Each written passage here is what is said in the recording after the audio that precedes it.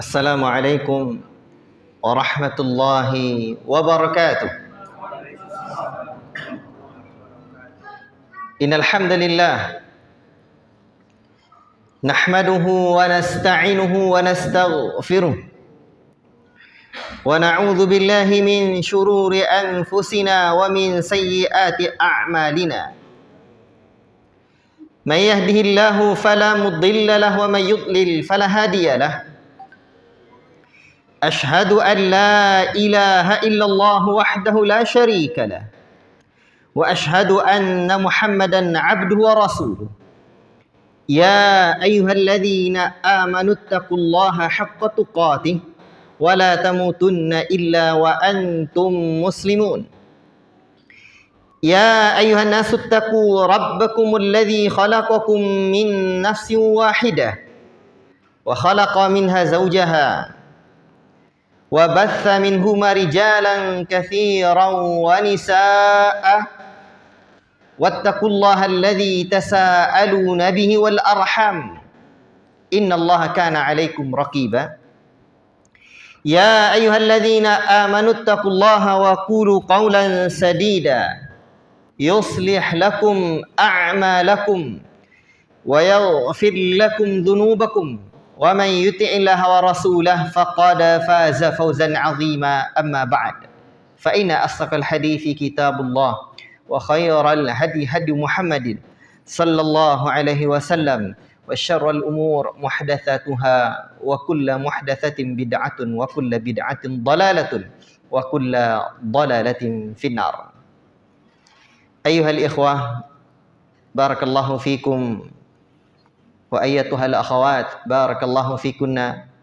Bapak Ibu sekalian, ustaz-ustaz kita, sahabat-sahabat kita yang dicintai karena Allah Subhanahu wa taala. Syukur kita kepada Allah Rabbul Alamin. Allah taala yang senantiasa memberikan kita rahmat dan nikmat-Nya, sehingga pada kesempatan ini Allah Subhanahu wa taala senantiasa masih memberikan kita nikmat-Nya.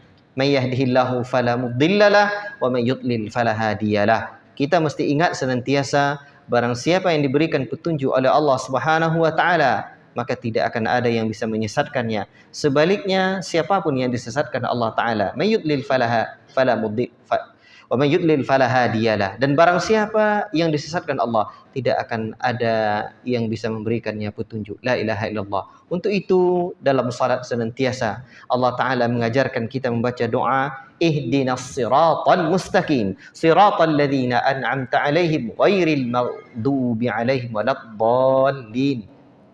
Syekhuna Abdul Razak hafizahullah taala menjelaskan dalam ayat yang mulia ini ada 3 golongan manusia. Yang pertama, golongan orang-orang yang mun'am, orang-orang yang Allah taala beri nikmat. An'amta 'alaihim.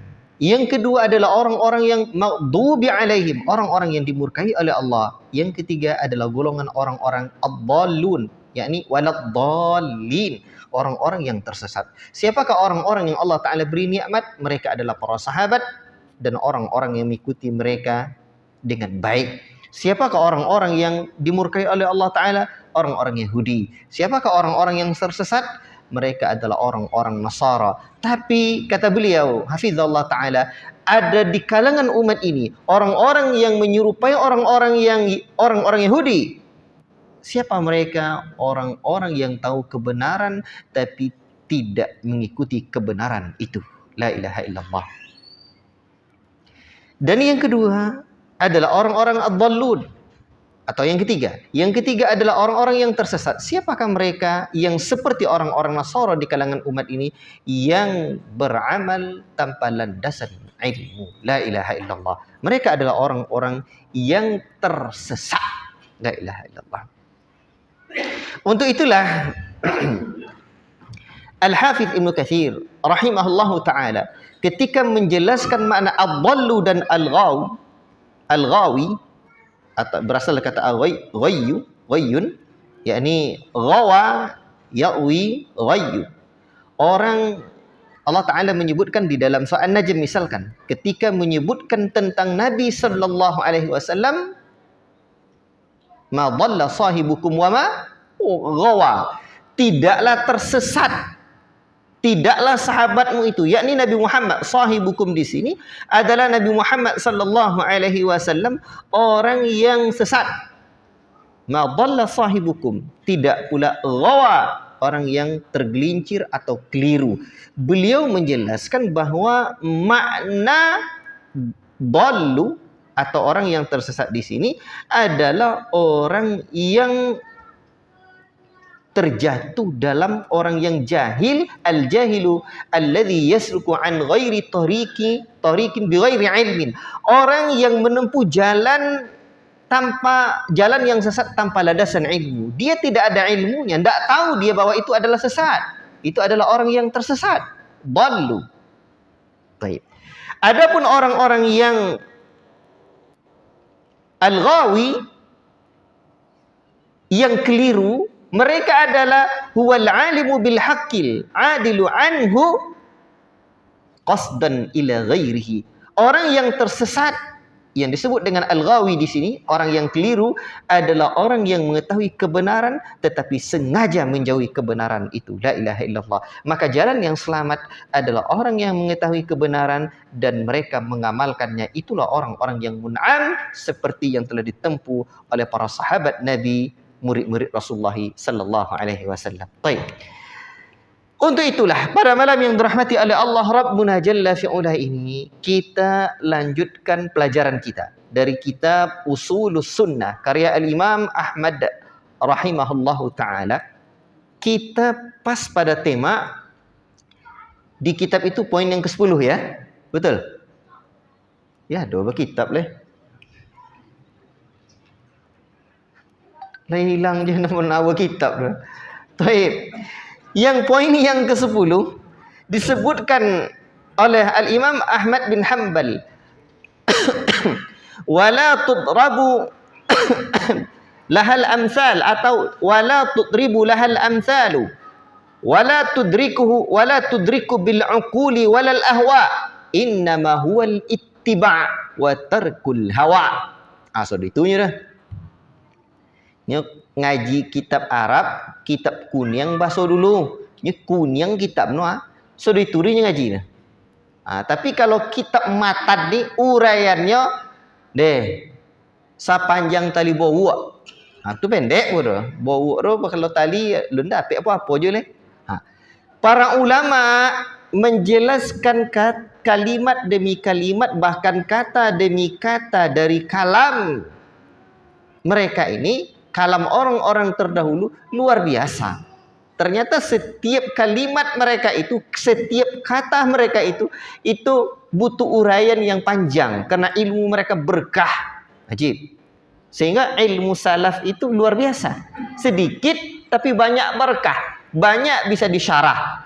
Kalau kita sekarang cakaplah banyak, pengerotin cieknya lah 10 ala 20 lah nan dapat dibinjek, nan dapat diambil cieknya. Kadang tak mano-mano ngawur. Cara orang kini. La ilaha illallah. Itulah keberkahan ilmu generasi salafun salih. Baik. Kata Al-Imam Ahmad bin Hanbal, as-sunnah tidak dibuat permisalannya. Dan pada kesempatan yang lalu sudah kita buat, sudah kita jelaskan. Iya kah? Iya, Bi? Masalah permisalan dulu. Betul? Tidak ada kondang. Dan kita sekarang wala tudriku bil uquli walal ahwa. Dan tidak pula dapat diukur, tidak pula tudriku di sini bisa bermakna tidak diketahui. Tidak diketahui. Seperti firman Allah Rabbul Alamin, la tudrikuhul absar wa huwa yudrikul absar wa huwal latiful khabir. Baik. Allah Ta'ala tidak dapat diidrak, tidak dapat diketahui oleh mata ini, tak dapat ditengok, tetapi Allah Ta'ala bisa melihat semua mata-mata manusia ini. Allahu Akbar. Baik. Jadi sunnah ini tidak dapat diketahui, tidak dapat diukur dengan akal walal ahwa, tidak pula hawa nafsu. Terus bagaimana caranya? Innama huwal ittiba', ternyata sunnah dapat diketahui, dapat dipahami dengan ittiba' dan watarkul hawa, atau watarkul hawa, dan meninggalkan hawa nafsu. Tayyib. Ikhwati fillah, sahabat-sahabat semua yang saya cintai karena Allah Subhanahu wa taala. Inilah sunnah yang dijelaskan oleh para ulama kepada kita. Dan sebagaimana penjelasan para ulama, kitab-kitab akidah, manakala kita baca yang ditulis oleh para ulama al-sunnah dari zaman ke zaman, dari masa ke masa, dari waktu ke waktu, di berbagai tempat, baik di belahan timur atau barat, di bumi manapun, seakan-akan keluar dari lisan yang satu. Mereka sepakat. Mereka luar biasa. Kalau kita, Pak, ngomong kita sendiri, satu orang, kadang pagi bontu ikut, tongangi lah bau bapulo, sore anda lah coba pagi cakole. La ilaha illallah. Tidak terbimbing. Tapi mereka para ulama, lisan mereka, tulisan mereka terbimbing. Apa sebab? Karena sumbernya satu. Lau kana min 'indi ghairillah lawajadu fihi ikhtilafan katsira. Sekiranya kitab Al-Qur'an itu datang dari selain Allah, akan banyaklah perselisihan dan perbedaan-perbedaan yang ada. Karena sumber kitab para ulama adalah Al-Quran dan Sunnah Nabi, maka seakan kitab mereka, penjelasan mereka keluar dari satu orang lisan yang istiqomah ucapannya. Ajib. Bapak-bapak yang dimuliakan oleh Allah Subhanahu wa taala. Makanya para ulama menjelaskan kepada kita bahwa ucapan yang seperti ini bukan hanyalah ucapan Al-Imam Ahmad bin Hanbal rahimahullahu ta'ala. Bahkan sebagaimana Al-Imam Ahmad juga sudah menerangkan, usulus sunnah indana, usul sunnah, pondasi sunnah di sisi kami. Makna indana di sini bukan hanya pendapat seorang Al-Imam Ahmad rahimahullah ta'ala, tapi juga di kalangan para sahabat beliau dan guru-guru beliau, para ulama al-sunnah di zamannya. Bapak-bapak yang dimuliakan oleh Allah Subhanahu wa taala dan disayangi Rasulullah sallallahu alaihi wasallam, sunnah tidak dapat dipahami, tidak dapat diketahui, tidak dapat diukur dengan akal semata. Tidak pula hawa nafsu, tapi dengan ittiba. Ungkapan yang terkenal sering kita dengar dari ucapannya al-Imam, dari ucapan Ali radhiyallahu taala anhu tentang perkara ini adalah lau kana ad-dinu bir-ra'yi lakana asfal khuffi aula bil masi min a'lahu. Apa kata beliau rahimahullah radhiyallahu ta'ala anhu? Sekiranya agama ini berdasarkan ra'yu, pemikiran. Sebab ada hanya dua saja. Ada ra'yu, ada wahyu. Apa ra'yu? Pemikiran. Ada wahyu yang datang dari Allah Rabbul Alamin. Sekiranya agama ini berdasarkan ra'yu bukanlah wahyu, sungguhlah di bawah khuf itu, di dalam agama kita ini ada syariat menyapu dua sepatu. Jadi orang yang pakai sepatu dengan syaratnya yang lengkap, dipasang dengan bersuci, kemudian dia pergi bepergian dan seterusnya diterangkan dalam kitab-kitab fikih, maka boleh disapu. Sekiranya agama ini berdasarkan ra'yu, sungguhlah bagian bawah sepatu khuf itu lebih utama untuk disapu ketimbang yang di atasnya. Tetapi kata Ali radhiyallahu ta'ala anhu, waqad ra'aitu Rasulullah sallallahu alaihi wasallam yamsahu ala zahiri khuffaihi. Aku sungguh telah melihat Rasul menyapu bagian atas khuf atau sepatu itu. Sebagaimana dalam hadis yang sahih dikeluarkan oleh Imam Abu Dawud, An-Nasai dan yang lainnya. Ajib. Apa sebab? La ilaha illallah. Itu bukti bahwa agama ini bukan berdasarkan ra'yu, tapi berdasarkan wahyu. Ikhwati fillah, barakallahu fikum. Bahkan agama kita yang mulia ini tidaklah berdasarkan akalnya Nabi kita tercinta sallallahu alaihi wasallam. Siapakah yang meragukan kehebatan Nabi? Orang kafir pun mengakui kehebatannya. Hatta Michael Hart menulis buku 100 tokoh berpengaruh dunia. Nomor pertama diletakkannya adalah Muhammad bin Abdullah. Ajib. Apa kata Allah Rabbul Alamin dalam surah An-Najm tadi? Apa kata Allah Subhanahu wa taala ketika Allah menyebutkan, menjelaskan di saat orang-orang mencela Nabi Muhammad, macam-macam tuduhannya, tukang sihirlah, orang gilalah. Allah sucikan, ma dhalla sahibukum wa ma ghawa. Sahabatmu bukanlah orang yang sesat, bukan pula orang yang menyimpang. Apa sambungan ayat itu? Silakan, siapa? Coba. Wa ma yantiqu 'anil hawa in huwa illa wahyuha. Tidaklah yang diucapkan oleh Muhammad itu melainkan wahyu yang telah diwahyukan. Ajib. Luar biasa itu. Dalam agama ni Pak, terbimbing kita. Jadi Allah yang ciptakan kita, Allah tahu yang terlebih baik buat kita. Ilmu Allah Ta'ala maha luas. Allah tak pernah salah dan lupa. Makanya jalan Ahlussunnati wal Jamaah adalah al-ittiba', mengikuti sunnah ini 100%. Titik segodang gajah. Ketik titik nah. Ada je lalu. Kita ittiba'. Ikhwati fillah, barakallahu fikum. Makanya para ulama kita ketika menjelaskan kalimat yang disebutkan oleh Al-Imam Ahmad bin Hanbal ini, mereka senantiasalah membawakan firman Allah Subhanahu wa taala tentang sikap orang yang beriman ketika datang ketentuan Allah dan Rasulnya. Mereka hanya sami'na wa ata'na, kami dengar dan kami patuhi. Tak ada. Kami mendengar dan kami patuhi. Tak ada yang lain. Ya. Bukan sami'na wa afkarna, kami dengar-dengar dulu terus kami fikir-fikir lagi. Tak ada. Tak main pikiran, tapi sami'na wa ata'na. Al-ittiba' itu adalah taat. Dan pada pertemuan di awal-awal dulu kita sudah menjelaskan bahwa ittiba' itu dalam 4 hal. Tengok. 1, ittiba' dalam keyakinan, akidah.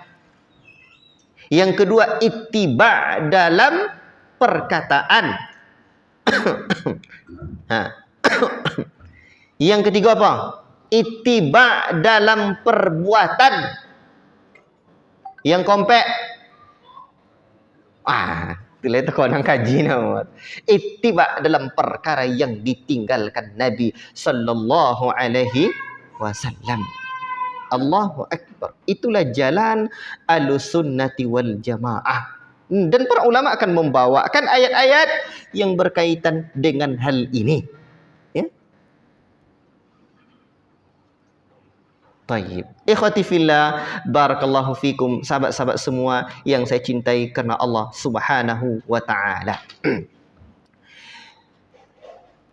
Al-Imam Ahmad bin Hanbal rahimahullahu ta'ala menjelaskan kalimat demi kalimat dalam usulus sunnah, bukan hanya sekedar menetapkan akidah Ahlussunnati wal Jamaah, tapi juga sebagai bantahan terhadap firqah-firqah yang menyimpang. Dari 2 kalimat ini atau dari paragraf ini ada 2 golongan yang dibantah dengan tegas oleh Al-Imam Ahmad bin Hanbal. Apa kira-kira itu? Pertama, golongan orang-orang yang mendewakan akal. Yang kedua, orang-orang yang apa kira-kira? Pengikut hawa nafsu. La ilaha illallah. Jadi dua hal ini yang dibantah oleh Al-Imam Ahmad bin Hanbal rahimahullahu ta'ala. Pendewa akal dan orang-orang yang mengikuti hawa nafsu. Ambo izin. Bismillah.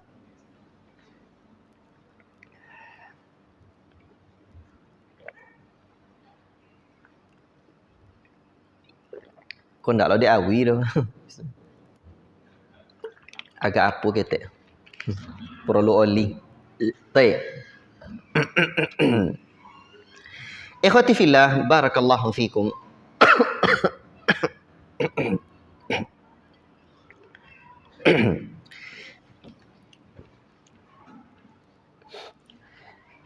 Jalan ittiba adalah jalan yang menghantarkan kita untuk senantiasa menuntut ilmu. Bagaimana kita bisa memahami agama ini kalau bukan menuntut ilmu? Maka jalan Ahlussunnah bukanlah dengan jalan mencari wangsit atau melalui mimpi atau melalui semedi dan pertapaan. Betapanya di gua begitu, dicari-cari dia wangsit sehingga dapatlah bahasa semut. Ndak jadi itu orang.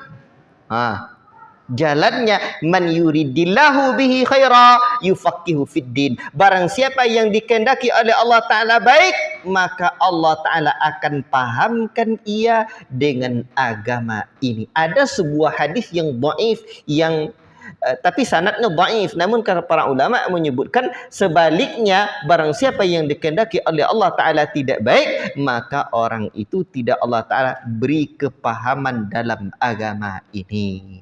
Itu.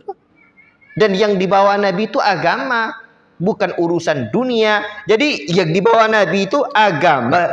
Yang dibawa Nabi itu agama yang mengatur kehidupan manusia dengan alam dunia ini. Itu tuh. Kalau urusan dunia, antum a'lamu bi umuri dunyakum, kalian lebih tahu tentang urusan dunia kalian. Itu tidak ada urusan Nabi. Yang Nabi ajarkan adalah agama ini, bagaimana manusia ini bisa selamat. Ikhwati fillah, barakallahu fikum. Para ulama kita ketika menjelaskan penggalan atau kalimat yang indah dari akidah Ahlussunnah wal Jamaah di kitab Ushulus Sunnah Al-Imam Ahmad bin Hanbal ini, mereka pun menyebutkan tentang orang-orang yang mendewakan akal. Dan sekarang orang-orang yang mendewakan akal, gayanya gaya baru. Itulah disebut dengan Mu'tazilatul Judud. Mu'tazilah gaya baru. Karena di antara firqah yang mengagungkan akal adalah firqah Mu'tazilah dan keturunan-keturunannya. Semuanya berlandaskan akal. Manakala nanti Ahlussunnah, orang-orang yang senantiasa berittiba dengan generasi terdahulu, mereka pun membantah seakan-akan kalian menyepelekan nikmat Allah yang besar berupa akal. Itu ya. Sampai-sampai pekan lalu saya baca ada orang yang membantah, awalnya baik-baik saja. Saya tengok perjalanan dia menuntut ilmu, masih muda. Terus belajar, dia pun tulis status. Ya, memang kalau di Facebook tuh beragam orangnya, macam-macam. Makanya kalau tak kuat ilmu, tak usahlah main banyak tengok subhat di internet tuh, apalagi Facebook. La ilaha illallah. Ditulis pula, saya berlindung dari salafi kontemporer dan macam-macam lah dia disebutkannya. Lalu saya sempat membaca di komentarnya, akal mereka pendek. La ilaha illallah. Akal mereka dangkal. La haula wala quwata illa billah. Padahal jalan Ahlussunnah adalah jalan yang disebutkan oleh Al-Imam Al-Auza'i rahimahullahu ta'ala. Alaika bi athari man salaf wa in rafadukan nas wa iyyaka wa ara'ir rijal wa in zakhrafuhu laka bil qawl. Pegang teguhlah olehmu prinsipnya generasi salaf. Makanya Seperti Syekhul Islam Ibnu Taimiyah menyebutkan, jangan kalian berbicara kalau kalian tidak punya pendahulu, imam pendahulu dalam perkara itu. La ilaha illallah. Sekalipun orang-orang mencelamu, dan jauhi pendapat-pendapat yang baru dalam agama ini. Dan kita mesti bertanya, ada ndak di zaman Nabi, ada ndak generasi salaf, generasi terbaik umat ini yang meyakini seperti ini? Kalau tidak ada, ingat, orang yang mendapatkan petunjuk dan hidup ni petunjuk inilah yang kita cari. Ada dalam satu hadis di dalam riwayat Imam Muslim, di mana ada seseorang yang berkhutbah di hadapan Nabi sallallahu alaihi wasallam. Cuman saya tidak tahu apakah khutbah Jumat ataukah ceramah biasa. Namun lafaznya saya belum sempat mencari sarah detailnya. Namun di dalam riwayat Imam Muslim ini disebutkan ada seseorang yang berkhutbah atau khutbah inda Nabi sallallahu alaihi wasallam, berkhutbah di hadapan Nabi sallallahu alaihi wasallam, karena bisa saja bermakna pidato. Maka lalu dia berkata, "Man yuti'illaha wa rasulahu." Barang siapa yang mentaati Allah dan Rasulnya, faqad rasyada, sungguh dia adalah orang yang telah mendapatkan petunjuk. Berarti orang yang dapat petunjuk itu orang yang mentaati Allah dan mentaati Rasul. Wa man ya'sihima, dan barang siapa yang mendurhakai keduanya, faqad ghawa, sungguh dia adalah orang yang telah menyimpang atau keliru. Tadi sudah saya jelaskan makna ghawi. Al-ghawi dari perkataannya Al-Imam Ibnu Katsir, al-ghawi adalah orang yang mengetahui kebenaran, la tentu dia berpaling dari kebenaran. Kenapa? Nanti pembahasan kedua tentang hawa nafsu. Hawa nafsu itu bahaya. Jadi orang-orang yang tidak mengikuti petunjuk Allah itu orang yang tersesat. Mendengarkan kalimat dia, barang siapa yang mendurhakai keduanya, faqad ghawa. Nabi pun mengatakan, bi'sal khatibu anta, sejelek-jelek pun khutbah adalah engkau. Buat apa cara? Padahal sepintas lalu kan betul. Lalu kita dapatkan syarahnya para ulama, di antara uraian mereka, Nabi ingin kalimat untuk masyarakat umum itu tidak boleh hanya dengan ungkapan dhamir atau isyarat, wa may ya'sihima atau wa may ya'sihima, tidak, tapi langsung Nabi pun mengatakan, kul wa may ya'sillaha wa rasulahu, barang siapa yang mendurhakai Allah dan Rasulnya, dialah orang yang tersesat. Nabi menegaskan tak cukup hanya dengan kalimat wa may ya'sihima, tapi wa may ya'sillaha wa rasulahu, siapa yang mendurhakai Allah dan Rasulnya, dialah orang yang tersesat. La ilaha illallah. Baik, jalan petunjuklah. Dan Allah Ta'ala sudah sebutkan, qad tabayyana rusydu minal ghayy, sungguh telah nyatalah kebenaran dari yang penyimpangan-penyimpangan itu. Bahkan ketika Allah menyebutkan orang yang menyimpang, tadi orang yang sebutkan oleh Allah Ta'ala yang mendapatkan petunjuk, yang mendapatkan petunjuk Nabi, malah yang menyimpang itu adalah syaitan. Lihatlah ketika syaitan sudah dicap oleh Allah Ta'ala sesat, qala fabima aghwaytani la aq'udanna lahum siratakal mustaqim. Dalam surah Al-A'raf Allah sebutkan, karena engkau, kata syaitan, kata iblis kepada Allah, karena engkau telah hukumi saya sesat, sungguh saya akan benar-benar menyesatkan atau menghalangi manusia dari jalanmu yang lurus. Jadi ingat-ingat, orang yang taat kepada Allah, orang yang dapat petunjuk, dan orang yang pertama kali mendapatkan kesesatan adalah iblis laknatullah alaih. Apa sebab? Iblis dulu sumber kesesatannya berawal dari berasio. Rasio namanya itu, menggunakan akal-akalan. Makanya Allah Ta'ala menceritakan tentang bagaimana nasibnya iblis ini, perangai dia ini tidak ikut, tidak ittiba. Qala ma mana'aka alla tasjuda id amartuka. Apa kata Allah Subhanahu wa Ta'ala? Apakah yang menghalangimu untuk bersujud kepadaku? Apa yang menghalangi? Apakah yang menghalangi untuk bersujud kepada Adam? bersujud kepada Adam, bukan kepada Allah. Tapi kenapa suruh bersujud kepada Adam? Perintah Allah, selesai. Perintah Allah. Dan sekarang kita tidak diperbolehkan oleh Allah Ta'ala melalui lisan Rasulnya untuk bersujud kepada manusia lain. Dan ketika itu Adam tak bantah, iblis tak bantah itu. Tapi yang iblis bantah apa? Apa alasannya?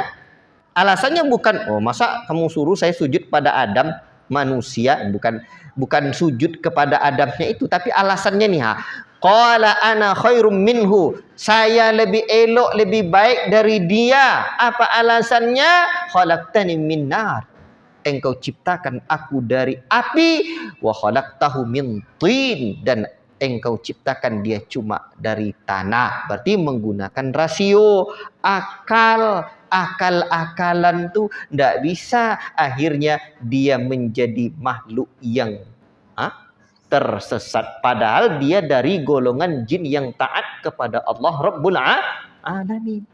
La ilaha illallah. Allah. Padahal api tidak juga lebih tentu baik daripada tanah. Kalau tak ada tanah, tak ada bumi, tak ada kayu, dari mana datang api? La ilaha illallah. Baik. Tapi itulah akal. Akal ni sumber masalah ketika akal ni tidak dibimbing oleh wahyu. Makanya Al-Imam Asy-Syafi'i sudah menyebutkan satu kaedah, dan dulu sudah sering kita sebutkan ini, bahwa akal itu ada batasannya. Inna lil aqli haddan yantahi ilaihi, akal itu punya batasan. Sampai di situ akal ni lah habis. Ada batasannya. Kama anna lil basari haddan yantahi ilaihi, sebagaimana mata punya batasan. Tak nampak leh, yang ketek-ketek tak nampak leh. Kadang orang rumah lah keriput je tapi dia banyak lo bodah lah elok nampak. Begitu tengok dan orang deh lah terkonang lah nan lain. Ya macam itu. Jangan, alhamdulillah lain tak ada yang bunyi mak-mak, ibu-ibu. Alhamdulillah. Mata kita punya batasan sebagaimana akal. Akal punya batasan sebagaimana mata. La ilaha illallah. Makanya Syekhul Islam Ibnu Taimiyah menyebutkan bahwa kaedah yang luar biasa beliau sebutkan, bahwa kebutuhan akal terhadap wahyu, saya ulangi, kebutuhan akal terhadap wahyu, berarti ra'yu terhadap wahyu kan, itu sebagaimana kebutuhan mata kita terhadap matahari dan cahaya. Kalau ndak ada matahari lain nampak siang tu nampak Ustaz pakai lampu, berarti cahaya. Cahaya lampu. Sekarang tidak ada matahari, tidak ada lampu, lain nampak. Ndak nampak rogosok-osok tak nampak. Makanya dulu Abu Quhafa, ayahnya Abu Bakar, ketika Abu Bakar ni semua kan apa-apa diserahkannya pada Allah dan Rasulnya, wakafnya luar biasa. Maaf kau tali ahli, Rasul bertanya, apa yang kau tinggalkan untuk keluargamu? Infaknya sodo haroto. Kala Umar deknya, aku tinggalkan Allah dan Rasulnya. Makanya ayahnya datangnya ke rumah, apa yang tinggal di ayah kalian nyinya? Dia gino dia anaknya, aku atuknya. Bahasa awak, dicari batu licin, dia diletakkan di tompek perhiasan condo awak, tompek ome. Ada kuntung koci ya. Letakkan situ dia sok-sok dia tu. Yalah cukupnya. Disangkut dia nyome. Disangkut dia nyo perhiasan. Tak nampak dia nyonya lah butuh. La ilaha illallah. Macam itu Jadi ku adalah ayah awak macam itu lah, semangatlah bersedekah so macam itu kan. Buat lah kalau yo lai sehat badan. Lai lu anak dan contoh anak Abu Bakar cakap. La ilaha illallah. Azan tu. Barakallahu fikum. Ayyuhal ikhwah, barakallahu fikum. Kita lanjutkan. Sesungguhnya jalan Ahlussunnah adalah jalan keselamatan. Jalan yang akan menyelamatkan kita sejak dunia hingga akhirat. Para ulama menuntun kita akan untuk senantiasa berittiba kepada Nabi sallallahu alaihi wasallam. Tidak berlandaskan akal dalam cara kita beragama. Dan apalagi perkara-perkara Yang ada dalam agama ini ada hal-hal yang gaib. Itu banyak. Terkait dengan keimanan, keyakinan kepada Allah Subhanahu wa taala. Ar-Rahmanu 'alal 'arsy istawa. Zat yang Ar-Rahman beristiwa di atas arasy. Ada orang yang mengatakan kalau Allah di atas arasy berarti dia butuh kepada arasy. Hei, langit saja, langit. Di atas bumi, langit tak butuh bumi, betul? Lain nampak tiangnya ke bawah? Tidak ada. Itu baru makhluk Allah Ta'ala. Hadza khalqullah. Apalagi Allah Subhanahu wa Ta'ala. Subhanallahi amma yasifun. Ada batasannya.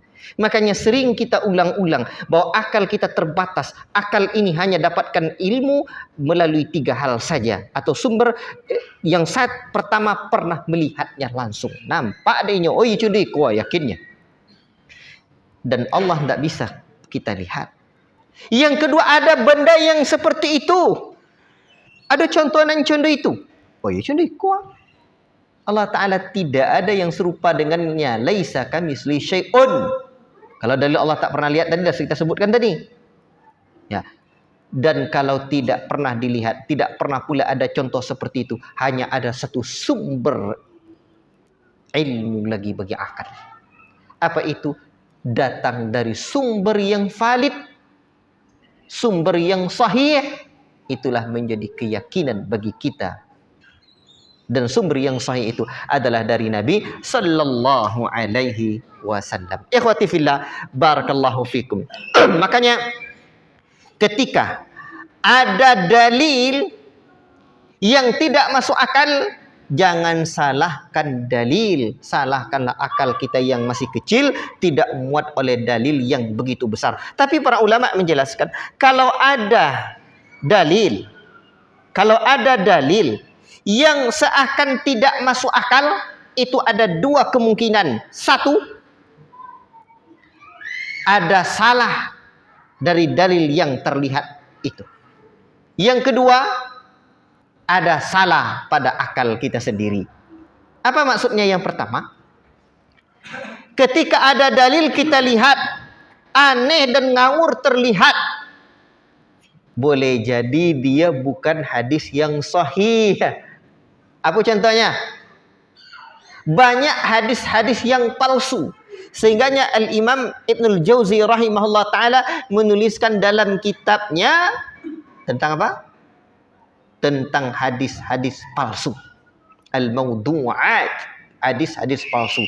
Dan Syekh Muhammad Nasiruddin Al-Albani lebih luas dan lengkap menulis silsilah hadis as-sahihah, ad-dha'ifah wa athar wa as-sayyi' fil ummah. Beliau menyebutkan tentang hadis-hadis yang palsu dan maudhu' di dalam kitabnya itu. Dan di zaman ini tidak ada yang mengungguli kitabnya Syekh Muhammad Nasiruddin dalam perkara ini. Di antara contoh yang kadang rasanya tidak masuk akal, tetapi ada. Tidak masuk akal, tetapi ada di dalam hadis-hadis tersebut. Dan boleh jadi bisa kita jumpai di kitab-kitab yang bertebaran. Contoh, dulu saya kan Pak jual buku dulu, jual buku ke pasar-pasar waktu saya mondok. Itu sembarang bukunya, apa yang kelomak dan kencang laku di orang ya dijual. Jadi semoga Allah Ta'ala ampuni saya.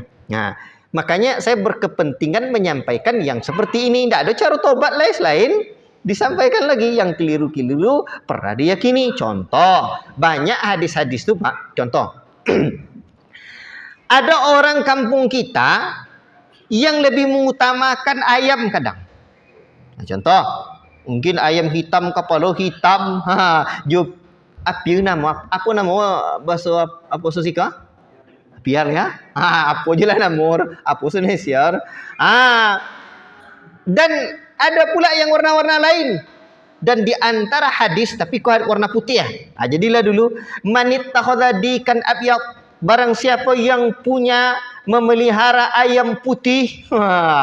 Hafizallahu ta'ala min salasatin. Allah Ta'ala pelihara dia dari 3 perkara. Min syarri kulli syaitan. Dari keburukan setiap syaitan. Wasahirin wakahin. Setiap tukang sihir dan dukun-dukun. Itu kalau dipelihara ayam putih anak kau. Kan mantap doh. Ternyata kalau ada hadis yang seperti ini modelnya, itu bukan akal kita yang dituduh. Dalilnya ternyata yang mau dua palsu. Jadi hadis tuh ada hadis yang bisa dimakbul, diterima, ada hadis yang mesti kita tolak. Yang kita tolak itu diantaranya hadis yang maudhu', yang palsu ini. Ada yang lain. Ada sebuah hadis yang unik pula. Nah, ini yang hadis ini jelas nih hadis yang dhaif ya, dikeluarkan oleh Imam Baihaqi. Ada hadis yang lain. Syekh Muhammad Nasruddin rahimallahu taala atau yang lainnya juga menjelaskannya. Zayyinu mawaidakum bil baqli. Hiasilah hidangan kalian dengan sayuran. Ini ya. Fa innahu matradatun lisyaitani ma'at tasmiyati. Karena sayuran itu adalah pengusir setan dengan bismillah. Jadi yang tak suka sayur, itu bahaya. Contoh. Dan banyak hadis-hadis yang lain lagi yang palsu-palsu seperti ini, Pak. Maka itu ditengok. Itu bukan akal yang dituduh. Permasalahannya ada pada dalilnya itu. Taib. Dan kalau kita sebut banyak lagi yang lain, termasuk hadis tentang Nur Muhammad.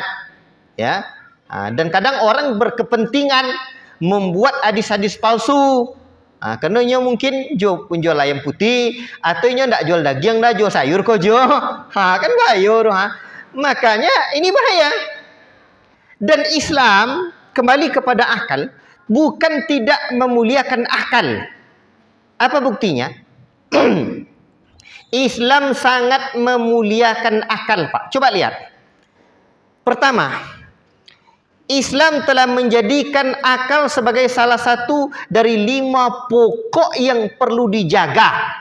Ada 5 hal yang dijaga di Islam. Kau apa? Sehingga manusia tu jadi selamat. Yang pertama din. Agama kau jangan sampai rusak. Yang kedua jiwa. Makanya tidak boleh membunuh manusia. Tak boleh.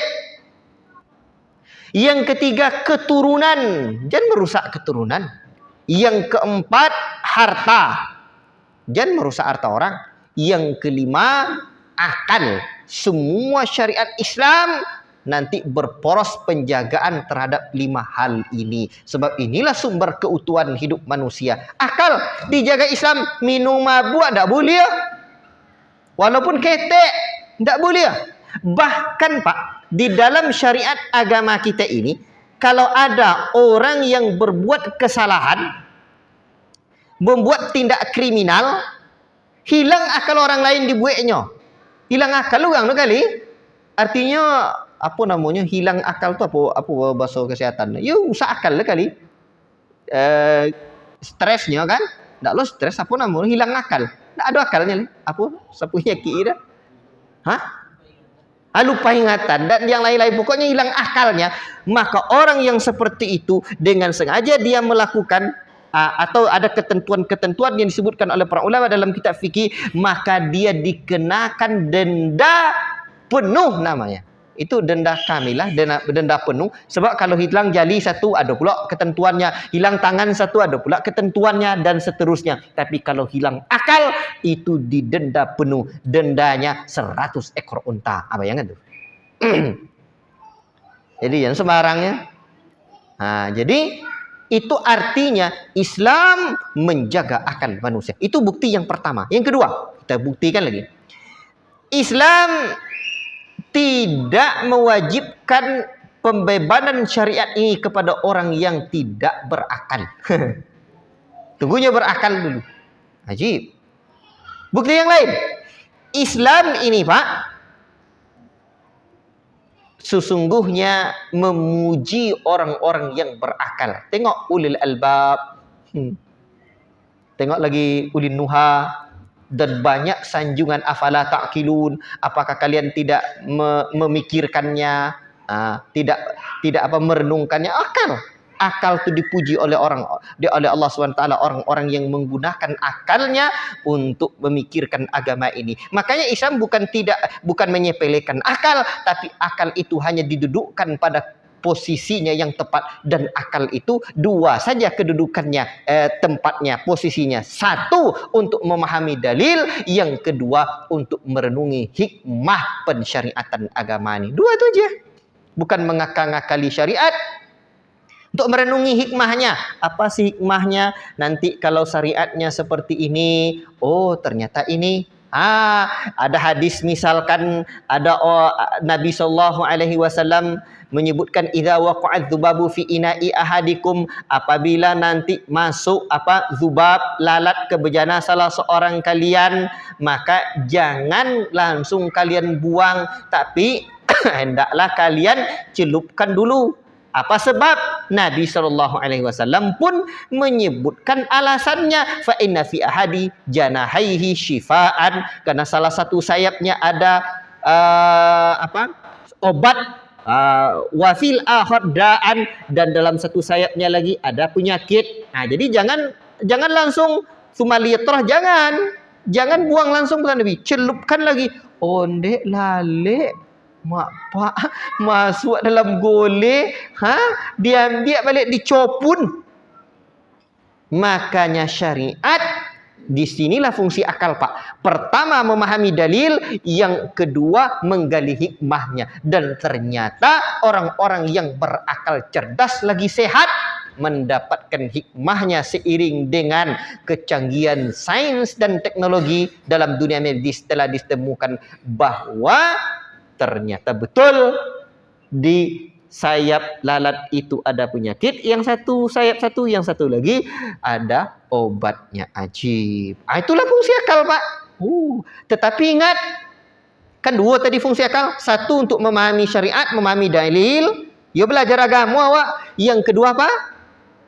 Menggali hikmahnya. Tetapi kata Syekh Sulaiman Ar-Ruhaili, ingat, semua agama kita ini hikmah. Dan ada yang Allah bukakan hikmahnya kepada kita untuk apa? Untuk hikmah pula. Ada pula yang tidak Allah bukakan hikmahnya kepada kita untuk apa? Untuk hikmah juga. Tidak semuanya mesti kita ketahui hikmahnya. Yang tidak kita ketahui hikmah juga. Mungkin ada hikmahnya di saat itu. Makanya agama kita ini sumber dalilnya bukanlah hikmah. Bisa dipahami Pak? Perlu diulang. Semua agama kita ini, kata Sulaiman Ar-Ruhaili fidhullah ta'ala, saya pernah dengar rekaman beliau, ya. Beliau menjelaskan bahwa agama ini semuanya hikmah. Ada yang Allah Ta'ala ajarkan kepada kita dari syariat ini hikmahnya untuk apa? Untuk satu hikmah.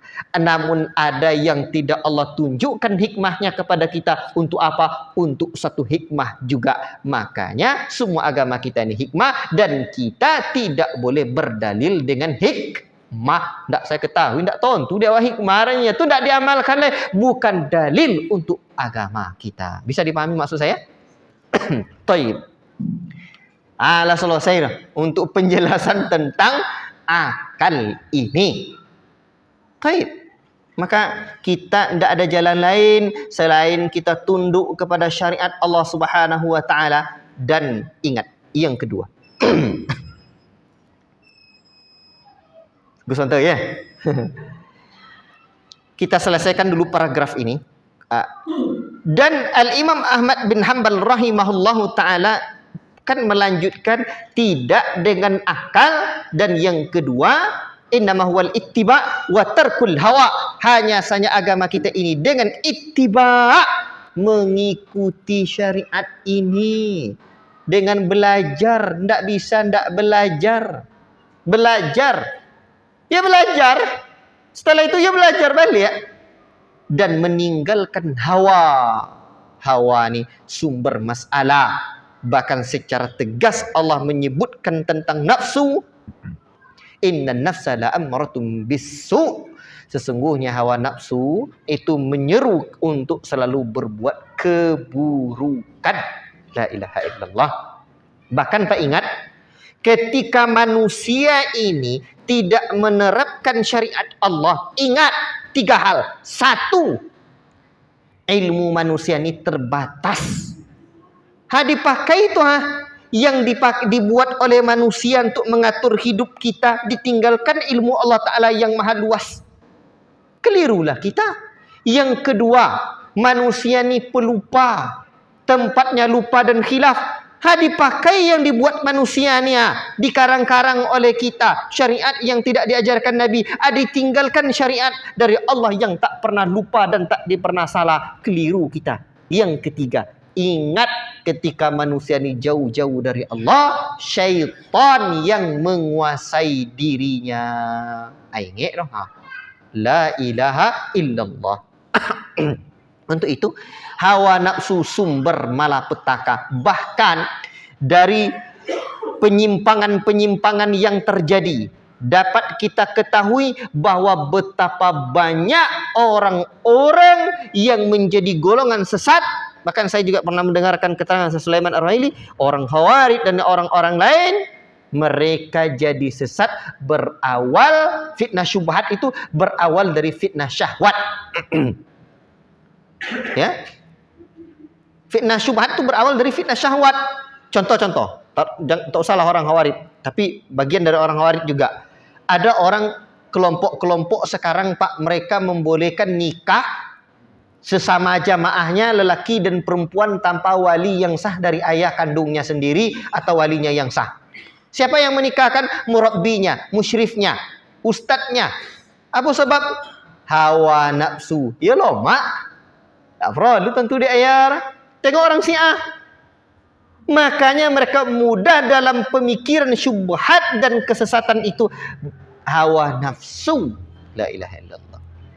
Itu bahayanya fitnah syahwat nih. Makanya ingat, Nabi SAW dalam hadis yang sahih dari sahabat Muawiyah bin Abi Sufyan, Nabi pernah menyebutkan wa innahu sayahruju min ummati aqwamun tajara bihim tilkal ahwa kama yatajaral kalbu li sahibihi. Ajib. La yabqa minhu irkun wala mifsalun illa dakhalahu. Allahul musta'an. Coba lihat, Nabi telah memperumpamakan orang-orang yang terjerat oleh hawa nafsu, oleh orang-orang yang terjerat hawa nafsu tersebut. Sesungguhnya kata Nabi akan muncul dari umatku satu kaum yang hawa nafsunya menguasai mereka seperti virus anjing gila yang menyerang pemiliknya. Yakni yang menyerang orang yang diserangnya tidak ada satu urat atau sendi pun yang tidak dimasuki oleh virus tersebut. La ilaha illallah. Hawa nafsu. Itulah kalau manusia telah dikuasai oleh hawa nafsunya. Maka ingat, a'daul insan, kita ni insan, manusia, musuh-musuh manusia ni. Ada iblis dengan bala tentaranya syaitan, ada dunia, ada orang-orang kafir dan musyrik, ada ahlul kitab Yahudi dan Nasara, ada orang-orang munafik, bahkan orang fasik. Dan ingat, musuh yang tersembunyi yang ada dalam diri manusia itu sendiri adalah hawa nafsunya. La ilaha illallah. Makanya ketika kita dalam beragama, dalam beramal, bahkan dalam dunia tarbiyah pendidikan, tidak menerapkan syariat Allah, aturan Allah Ta'ala, ingatlah syaitan yang akan menguasai diri kita. Inna dina indallahil Islam. Sesungguhnya din yang benar di sisi Allah hanyalah Islam. Makna din adalah minhajul muslim, aturan hidup ideal seorang muslim. Aturan hidup. La ilaha illallah. Siapa yang kalau kita ikuti selain itu, wa may yabtaghi ghairal islami dinan fala yuqbala minhu wa huwa fil akhirati minal khasirin. Barang siapa yang mencari aturan hidup selain aturan hidup dari Islam ini, sekali-kali Allah tidak akan terima dan dia di hari akhirat kelak termasuk orang-orang yang merugi. Untuk itulah Allah Rabbul Alamin mengatakan, ya ayyuhalladzina amanu dkhulu fis silmi kaffah wa la tattabi'u khutuwatis syaitan innahu lakum aduwwum mubin. Wahai sekalian orang-orang yang beriman, lihat ayat yang mulia ini. Allah Ta'ala panggil ayat ini seperti tafsirnya Syekh Abu Bakar Jabil Al-Jazairi, atau salah satu kitabnya Syekh Abu Bakar Jabil Al-Jazairi, Nida'atul Rahman li Ahlil Iman, panggilan-panggilan Allah kepada orang-orang yang beriman. Kita dipanggil oleh Allah Rabbul Alamin, wahai orang-orang beriman, wahai nak orangnya, orang-orang yang beriman, kau mai kalian masuklah ke dalam Islam tua secara menyeluruh kafah. Yo sodo. Jangan separuh-separuh, jangan tanggung-tanggung. Dan jangan wala tatabi'u khutuwatis syaitan, jangan ikuti langkah setan. Kalau ndak ikut awak saudara, ada syaitan. Itulah garis lurus yang dibuat Nabi. Tidaklah di kiri dan di kanannya, melainkan ada syaitan yad'u ilahi, yang menyeru kepadanya. Maka jangan ikuti langkah syaitan tu. Wala tatabi'u khutuwatis syaitan. Apa sebab? Syaitan tu innahu lakum aduwwum mubin. Syaitan lah musuh yang nyata bagi kalian. La ilaha illallah. Allah Ta'ala a'lam bisawab. Saya kira cukup sekian dulu pada kesempatan ini. Dan karena keterbatasan waktu, ilmu, mudah-mudahan kita tambah apa yang bisa kita tambah pada pertemuan yang akan datang, insyaallah ta'ala. Cukup Pak ya. Barakallahu fikum. Allah manfa'na bima 'allamtana wa'allimna bima yanfa'una. Allahumma ati nufusana taqwaha wa zakkiha anta khairu man zakkaha anta waliyuha wa maulaha. Allahumma alhimna rushdana wa a'idna min syarri nafsina. Wa sallallahu wasallam ala nabiyyina Muhammad wa ala alihi wa ashabihi wa qarabati dzurriyyatihi ajma'in. Wassalamualaikum warahmatullahi wabarakatuh.